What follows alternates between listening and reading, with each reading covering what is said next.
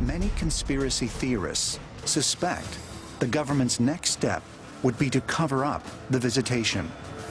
They cite as evidence a reputed sighting that took place over Washington, D.C.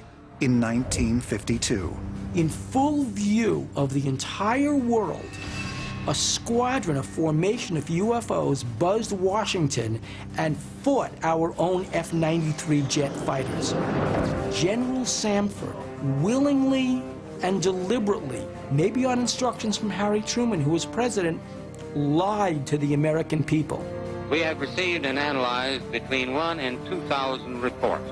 Of this great mass of reports, we have been able adequately to explain the great bulk of them. His own Captain Ruppelt, in his own book on flying saucers, says Samford was lying. We have the letter from the Air Force to Dean Condon saying Deep Six UFOs. So, have UFOs come to planet Earth in full view, have manifested themselves, have shown themselves? Yes. Did we see it? Yes. Was there a protocol for handling it?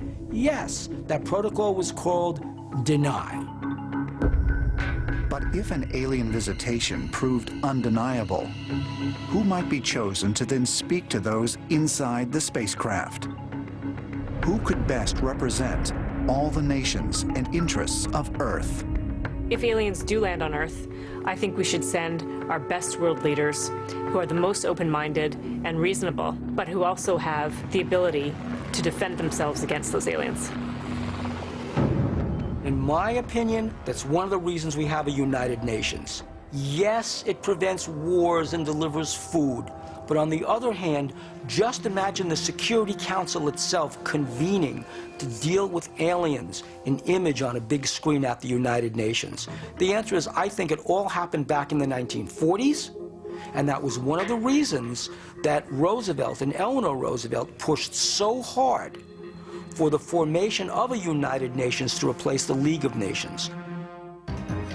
Even if you don't corporately believe in extraterrestrials, if you think the possibility of alien visitation is vanishingly small, the consequences, if it does happen, are immense, and therefore it's prudent to have something in place to deal with it. Personally, I think it would be very, very exciting. I mean, it would be just like the first time, you know, the explorers came from Europe to the Americas and discovered a whole new culture, and they had to interact. Hopefully it won't work out as some of the bad things that occurred then. It would be a more positive experience, and maybe we've learned from that and we can go forward. What would happen after any potential extraterrestrial contact is open to much speculation. But most people concede one thing: the world as we know it